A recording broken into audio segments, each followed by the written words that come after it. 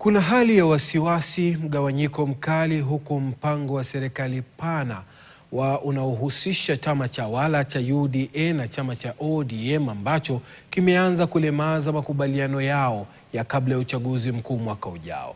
Kamati maalum ya usimamizi ambayo ilistahili kutatua tofauti hizo na hasa kuhusu zoning haijawahi kufanya mkutano wowote, huku wanachama wa ODM wakihoji nia njema ya Rais William Ruto ya kutafuta tofauti zao.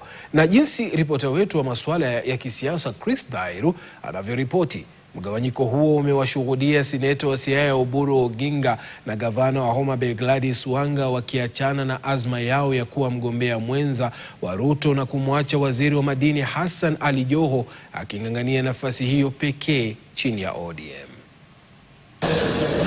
Takriban mwezi mmoja na nusu tangu Rais William Ruto aongoze mkutano wa mgogoro katika ikulu ya Nairobi katika jitihada za kuokoa ndoa ya UDA na ODM kabla ya uchaguzi wa mwaka 2027, ingetarajiwa kwamba kufikia sasa kamati ya usimamizi iliyopewa jukumu la kusuluhisha tofauti zilizopo ingekutana na kuandaa ripoti ya awali. Hata hivyo, KTN sasa inafichua kuwa kamati hiyo haijawahi kubuniwa na vyama hivyo viwili vilishindwa kuafikiana kuhusu wanachama wa kamati hiyo. Hatuwezi kuwa bila power.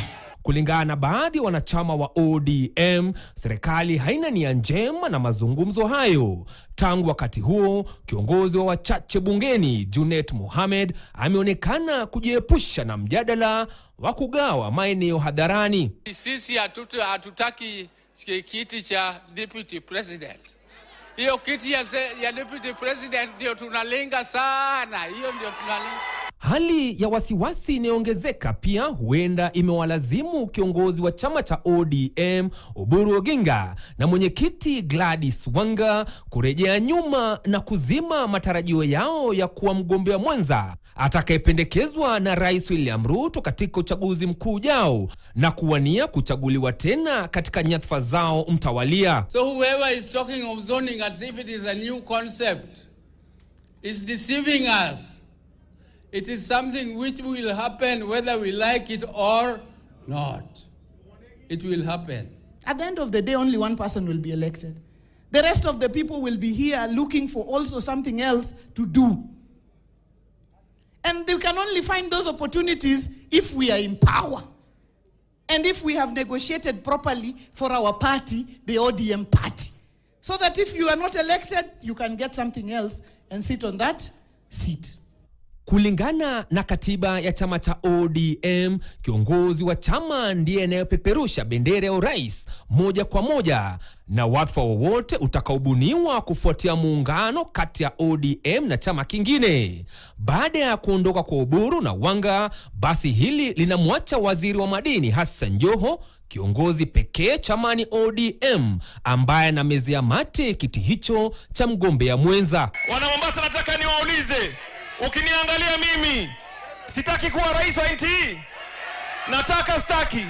Then also, if we check the wins that have happened in Coast and Nyanza, the broad-based government has recorded wins in the sense that they will feel that now they have the coastal vote and they have the Luo Nyanza vote and the Western vote. That if you put in the equation of 2027, then it's a good starting point for the president. Kwa siku tano zilizopita ambazo Rais William Ruto amekuwa akipiga kambi katika eneo la Pwani, ameonekana kuwa na uhusiano wa karibu wa kisiasa na Ali Hassan Joho, ambaye amehakikishia rais kuwasilisha kura za Pwani kwa Kenya Kwanza kufikia mwaka 2027. Kipengele cha kugawa maeneo kinaendelea kuwa kikwazo kikuu kwa makubaliano ya kabla ya uchaguzi kati ya UDA na chama cha ODM. Je, mwelekeo wa chama cha ODM ni upi? Chris Dhairu, KTN, Nairobi. Mahakama Kuu ya Nairobi imesongeza mbele kwa siku